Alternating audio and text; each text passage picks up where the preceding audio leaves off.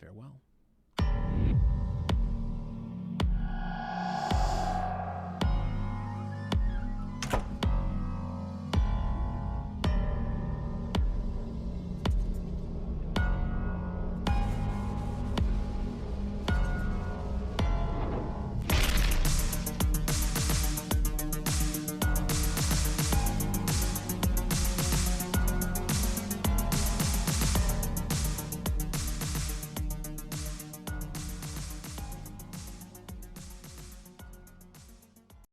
Hello, friends. Welcome to the Spooky Chris podcast. I am the one and only Spooky Chris. My name is Chris Ringler.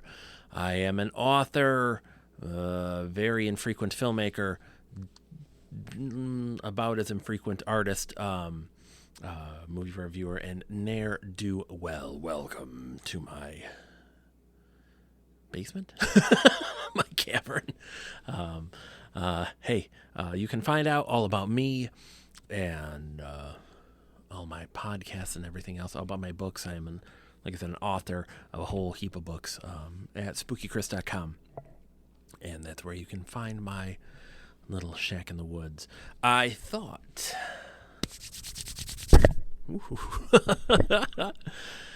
Professional here. I thought I would regale you with a funny story. I don't know. I mean, over the years, God knows, I know I've written about it somewhere in the blogs if you want to go relive the blogs. But I don't know if I've ever podcasted about it. So if I have, this is the week on your series that it's a flashback episode or a repeat before it gets back to the new episodes. But I thought it would be funny and entertaining to me to regale you with the story of a haunt my then girlfriend, now wife, went to a few years ago. You'll see if you're amused as I was. So once upon a time,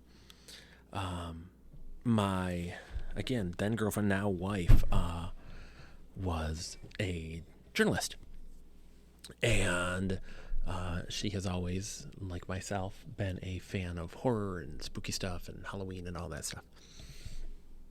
And in her job as a reporter, she was offered the opportunity to go and check out this overnight haunt that these folks were putting on. It was the first year they were going to do it. And it was you camped there, and they had like a whole evening experience, and we were both like all in. It was obviously around Halloween, probably a little bit before, like maybe September-ish, and we were both all in. So she signs us up, and we go and go to this. It was in I don't know what you'd call like a suburb of Flint, like one of the outlying cities, at this big haunted house. The people who put it on had a successful haunted house, had decided they wanted to try their hand at these overnight kind of things. These had started to get popular, and you still see them once in a while, but they had like a second there. And there was only, like, that year there was a couple of them. There was this one and another one. And you still see them, but I think it's going to be more labor intensive, more costly. So you see them from here, here and there, but not really in our area or our region a whole lot. So it was totally novel. So we were in, and we go, and we park, and it's, gosh, we got there at, I don't know, probably 6:30 or 7. And proceeded to get into a line that we stood in for about an hour and a half. It was about 90 minutes. And it was, it was over 100 people deep. Had to be. Big line. Everybody was super amped up, super excited. Really into the idea of this overnight haunt, which is cool. Like, it was exciting and fun because everybody was into it. Everybody wanted to go and experience this and didn't know what was going to happen. And again, it was a successful haunt, that was putting it on. So it seemed as if it would be, kind of a legit cool experience, and we were all excited. So we stood in line and waited, and finally, the way they had it. And again, the preamble for this was amazing, like great stuff. So because of the pedigree that this place had, everyone was excited and in line and ready to go, and really amped up for this. So you went up, like I say, and you got up there and gave your name and you check in and do all that stuff, and it was an expensive thing because it was overnight. And luckily, my wife had us both on the list, and we get ready. And so, what they had is that they loaded folks up into a bus, and it may not have been as many people as I think. Like in my mind, it's 100 some odd people. It might have been like 60, 70. I can't remember because I can't recall how many buses they took. I just remember it was a long line. But so they herded us all into a bus, and the windows are all blacked out. And it's an old school bus. And the windows are all blacked out, so you have no idea where you're going, which was great. And it's ingenious because it means that they control the environment. So it's smart in that you can't just like text somebody like, oh, hey, you should come out and, crash it, or like try to sneak in people. And it makes it, it really did add an element of creepiness. It's funny because that's the beauty of haunts, is that even if you are, you know for a fact, like, oh, obviously they're not really going to do anything scary. Like they're really not going to kill me. They're not going to, use that chainsaw. But it's the idea that they could, that you just don't know. And again, it's all mind games, but it's great when it works. And it's just, this worked. Absolutely 100% this worked. This setup worked perfectly. So we loaded up and headed out in this bus. And it was great because everybody was amped up and everybody's talking. It's kind of like when you're in line at amusement park stuff and everybody's just like, oh my God, blah, blah, blah, blah. And everybody's talking, and it's the camaraderie. And then it kind of like I should have known. As the illusion starts to crack a little, the bus driver, who they're just a bus driver, they don't really care, turned on like a hip hop station that didn't really come in, so like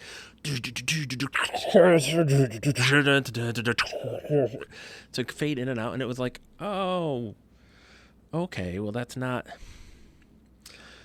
really scary, but it's like, okay. And it's about a half an hour at least drive to get to the place. It seems like it was longer, but it was probably about half an hour. And so we're driving, and finally get to a place, and it's very rough, and get out, and bus stops. Throw open the doors, and it's night out. And you get out, and it's really hectic because there had to have been at least a couple of buses. Because I'm thinking like, so you had dropped your packs of stuff, and they took them out, and then it's. I'll say this, with everything like this and everything else, it's easy to criticize from the future, to look back and say, oh, well, they should have done this and they should have done that.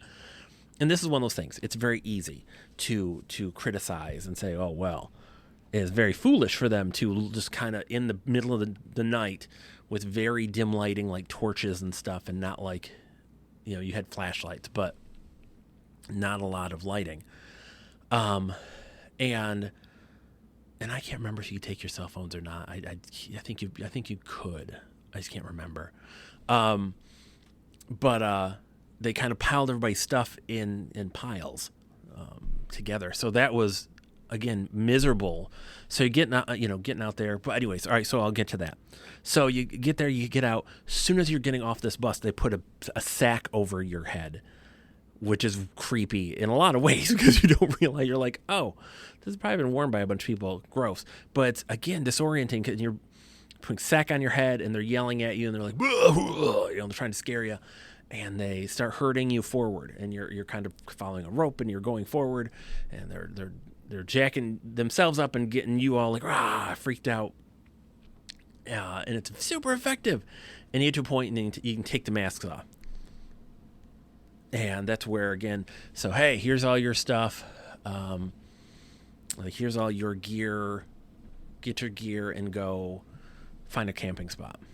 So, you have to go and search for your gear. And that's, again, initially super stressful because you're like, oh my God, I can't find my stuff. Where is it? And that started to upset people and freak them out in not a great way. I could see where you could make it creepy. But it was more of a frustration where it's like, why am I having to deal with this? Why I don't want to deal with this. And then, so you get your stuff, and you start wandering. And they had they had a setup so you could watch movies up front, but you didn't really want to do that because you kind of want to go and get your campsite. So there's camps, there's spots, and people are getting their campsite set up, and they're going to provide a campsite and tent and stuff. And so we're looking, and then we're looking. And we could not find for a long time the lot, lot 17. And then finally found it.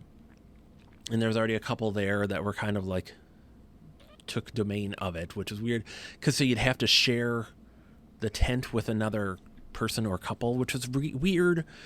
And we were like, well, that's not awesome. So we put our gear in there and kind of sit tight. And there's a nearby campfire, so you go to the campfire and hanging out, and they had I want to say they had some kind of food that they had offered, because I remember that there was food in the morning, like hot dogs or whatever. But we're all basically just kind of waiting for this to get going. And the way they had it is that you would wear a wrist thing, like a glow-in-the-dark wristband, jellied wrist thing. I can't forget what we call them, but where you break them and they glow. And it was different colors if you wanted the full experience or if you wanted like the coward experience. And I was like, coward, this guy, I don't want. And with the full experience, it's like they can touch you, they can get in your face. Like it was very fuzzy on the line where it was. And I was like, I'm not super comfortable with that. My wife was like, I'm here. She was there to do the story. She was Ellen. So we, kind of hunker down around the fire, and we're just sitting and waiting. And we're all waiting and waiting and waiting. And you can start, like seriously, like it's, and people are still showing up. So they must have had several buses. Because people were showing up for the next hour and change, and we're getting super frustrated and super angry about it because they were getting there so late, and because it was so hard to find campsites, and everything was just chaotic. There was not really anybody that were non-participants that could easily point you in the direction you wanted to go. Like, this is one of those things where you need wayfinders, and not just at the front, but you need them, walking through and stuff, and then kind of there should be a point where it's like, game on. And they didn't do that. And again, it's easy to decry that now. But this seems like something easy and obvious that they should have handled immediately. Like that should have been in the planning for the whole thing. So we're waiting and we're hanging out with this, a couple or two. And then you start seeing, and people would just go off in the woods to go pee, so you didn't have to go all the way up to the front, because it was hard to cut. There was like one or two porta potties, and they're way up there, and it was just no bueno. Like, it wasn't great. So people just go off in the woods. And we kind of started to figure out that this area, because it was hilly, and there were little kind of foxholes almost, and it was some kind of a camp for paintball. I don't know if we ever figured out where it was, but that's where it was. And it's an interesting area for it. But it's funny because they took so long to get things going. And it might have been because they were waiting for all the buses to come in. I don't know. But it took so long that you start to imagine things. You imagine people are out in the woods stalking you. You imagine you hear things. You imagine stuff. And it's just like, what? Well, finally, not just around midnight, they start, like, basically they come in a line. And all these people, and most of them like clowns and stuff, start kind of walking around, and they're starting to go campsite to campsite to do spooky stuff. And were just watching like, holy crap. And they had it so in like, it literally was like kind of like wedding table dismissals, like for dinner, like they go to the first one, go to the next one, go to the third one, go to the fourth one. Because they didn't have a huge cadre of people. It's probably just all the people they had at their haunt. So it was a slow process as we all waited, and you started to get a creepy feeling, and not in a great way. Because so as we're watching, we start to see that they're being very physical with people. They're getting in their faces and screaming at them. I'll get to the word bad stuff. Like it didn't look fun, creepy. It just looked like, well, this is a thing.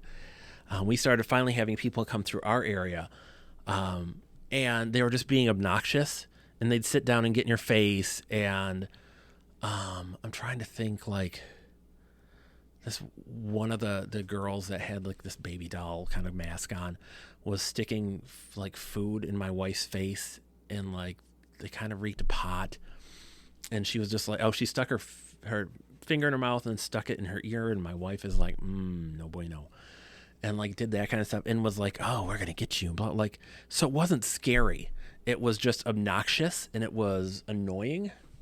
And they would do that from time to time. Like you'd see them as the scares are coming. They would kind of wander around and kind of like, I'm sure trying to build up like fear, I guess.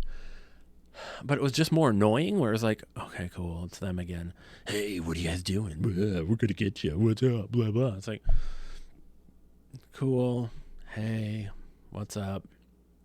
Yup, you're scary. Oh, my God. Oh. And we just started dreading dealing with them. It was funny, my wife started getting angrier and angrier the more, especially this one chick kept coming around.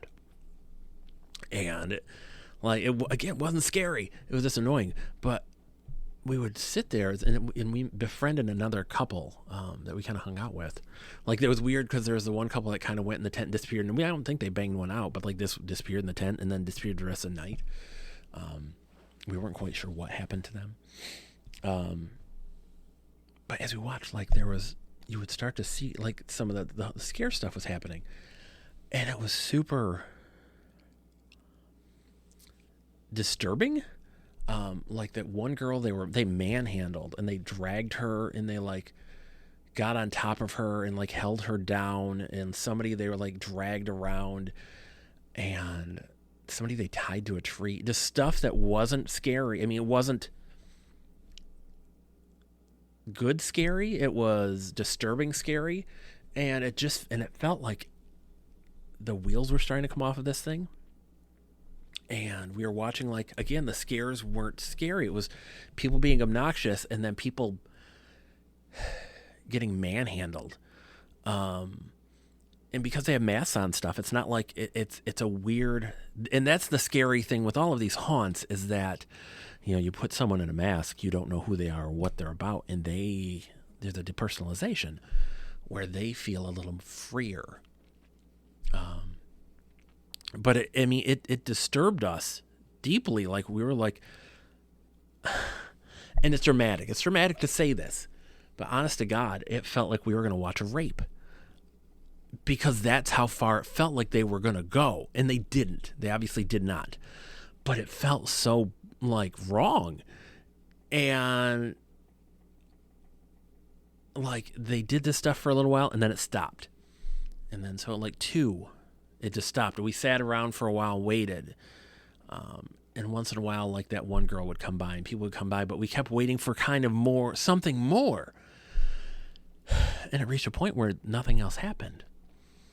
And so all of us are just sitting there waiting for something to happen, waiting to be scared, waiting for to be impressed, waiting for, we spent a lot of money to be there, and we're waiting and waiting and waiting, and nothing's happening.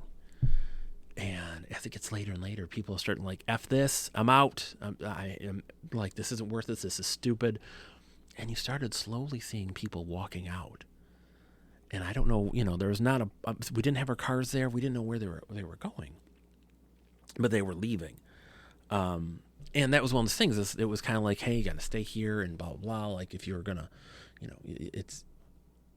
once you're there kind of a thing and all that. But people, like I say, people were slowly more and more fed up with it and over it, and they were just not about it. And so as dawn started getting rolling in, more and more people were walking out, and so we just hung out there at the fire with this couple, just kind of talking crap, and wow, this was a dumpster fire, and this was terrible, and we can't believe this. And we couldn't believe it, and I still am shocked that it happened, that all of this happened, that people paid this much money, because there was a full-on, no joke, no doubt, mutiny by the guests, by all of the fans. Bit by bit, they started wandering out, and people started coming by and hey, just so you know, we've called for the buses. The buses are going to be coming. They're going to come at I don't know, 8 or something, but they're coming. They're coming earlier. Just wait here. They are coming. Blah blah blah. And they wouldn't, that masked girl even came by and apologized. People came by and said, "Hey, I'm sorry, things didn't work out." Blah blah. Because I think they understood that whatever this was built up to be, this wasn't it, and people were mad, and they were yelling at the people that were working it. And there were essentially no managers. That was made clear. It's hey, there's no manager here. There's no owner, no boss. This is just us. As far as we knew, that was what we were told. So, just everybody was kind of very conscious of look, I know it sucks, but it's just us. Don't shoot the messenger kind of thing. So a guy just hunkered down of well, there's nowhere to go. We're just going to wait. And waited. And, you just don't realize how long time drags and stuff like that, where you're waiting to get out of there, to go home. We're cold. It was really cold. We were miserable. We were hungry, just over it. And we're waiting and waiting. And as dawn comes, some of the folks started coming around with hey, do you guys want hot dogs? We have some hot dogs, from last night. It seems like they were trying to, they had some kind of breakfast or something. I can't remember if they maybe offered a breakfast, but they were, the people that were there that kind of actually cared, that worked it and cared, felt bad, legitimately. And they really wanted to kind of at least make amends. And, and so we all just kind of we waited by the fire until finally we're just we're going to go up front. We're tired of this. We're going up front. So me and my wife got her stuff, went up front. And there's a long line of people waiting for this bus. And you start seeing people called family members and came all the way out there. Somebody went in on a taxi with a bunch of people, and it was $100 for a taxi because it was such a long drive, because we didn't have a nearby taxi. But they went in on it with people and they were I'm going to sue. I'm getting my money back. This is stupid. People were just so angry and venting their spleens and just so mad about the whole experience. And it was crazy. And it's just one of those things that everybody is kind of connected, and you can't stop talking to one another about it. Just oh, did you see that? I can't believe this. I can't believe, it's exhilarating because you are on the bus that is crashing. You are in the train wreck. Watching the train go off the tracks.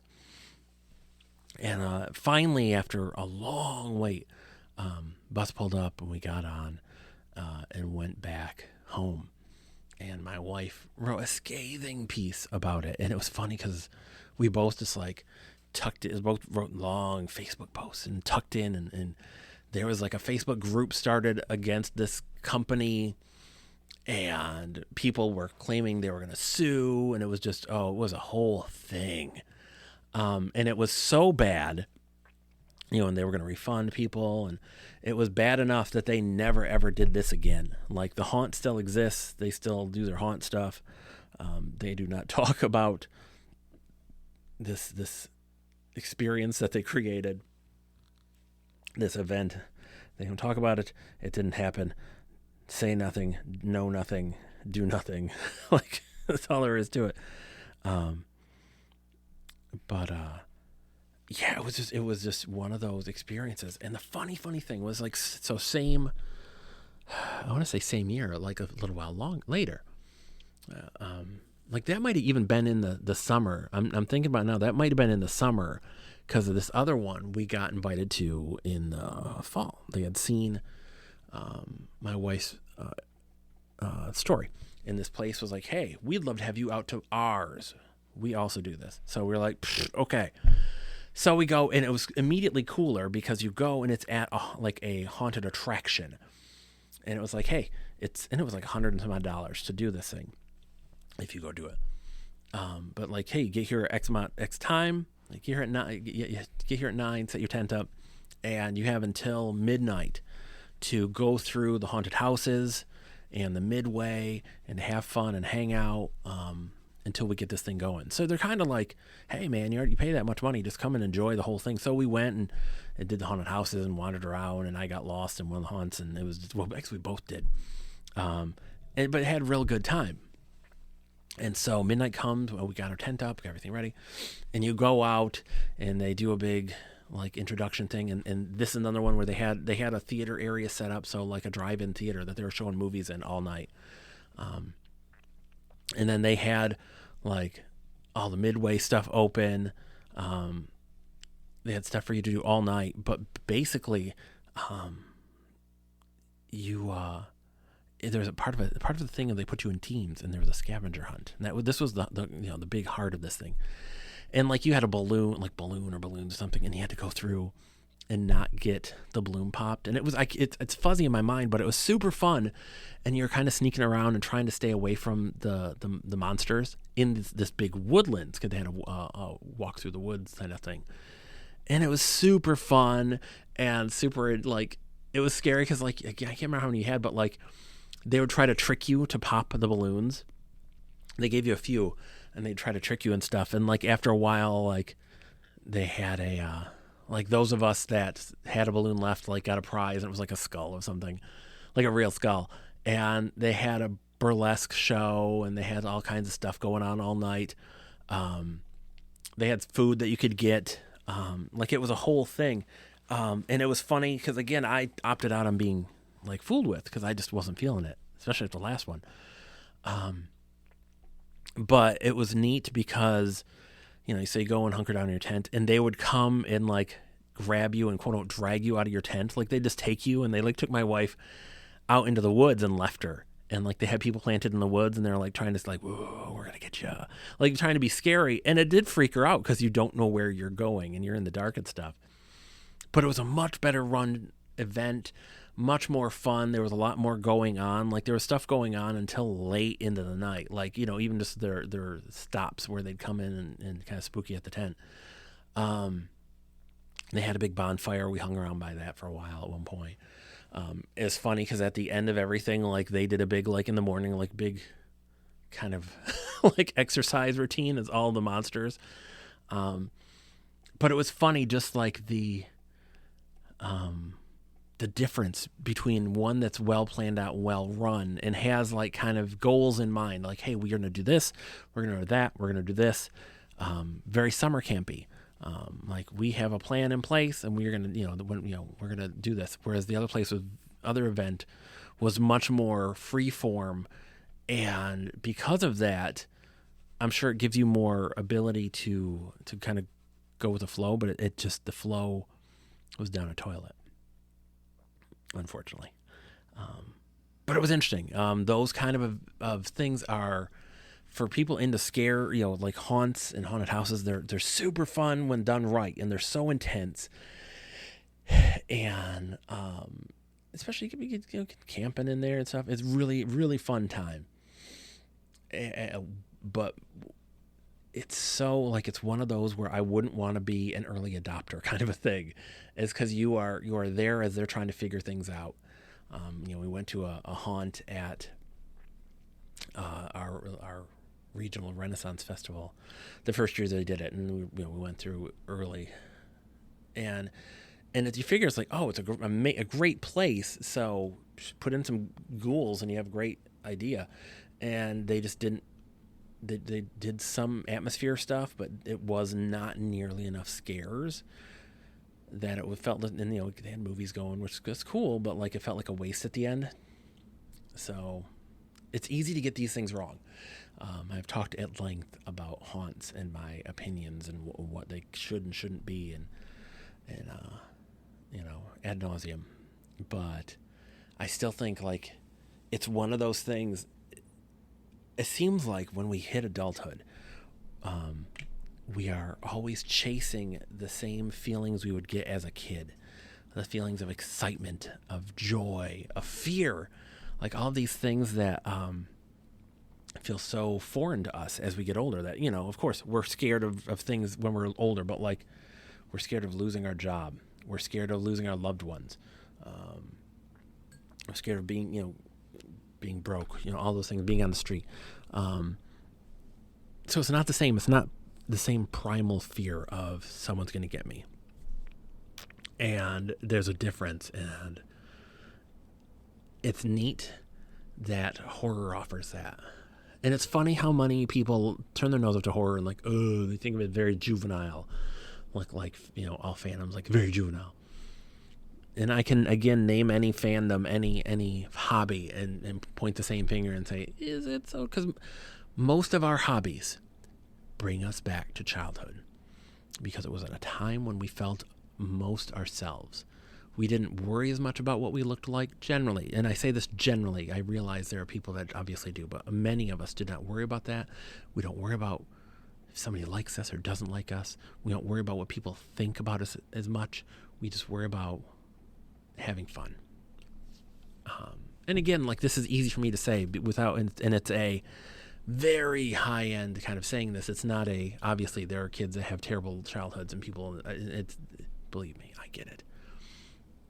But we're always chasing those feelings because our feelings are much more simple too. It's not, I love this, I hate this, I like this, I like that. It's not, well, I love this, but it's expensive. Or I love them, but, they're a terrible person. Or I like going to this place, but it's far away. It is very direct and very, very simple.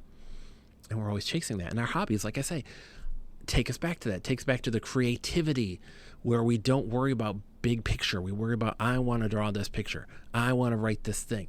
I want to paint this thing. I want to build this thing. Or sports where it's just like the joy of playing a game, because sports are games. The joy of competitiveness and playing and all of this stuff, like, being in a band, like just playing music with people that you hope are your friends. You don't worry about like you're going to be a rock star. No, you just want to play music. And haunts give us a little of that, for a brief period of time. And people get the same kind of feelings, because I know I do, around Christmas and the holidays and stuff, is that joy of being a child and kind of like the wonder. And we don't get that stuff enough in our day to day. So it's interesting. It is interesting. And that is my story, kiddies. Uncle Chris has said all he needed to say. I hope you are well. I hope you are staying weird. I will be back sooner than you think, friend. You can find all my stuff at spookychris.com. I am the one and only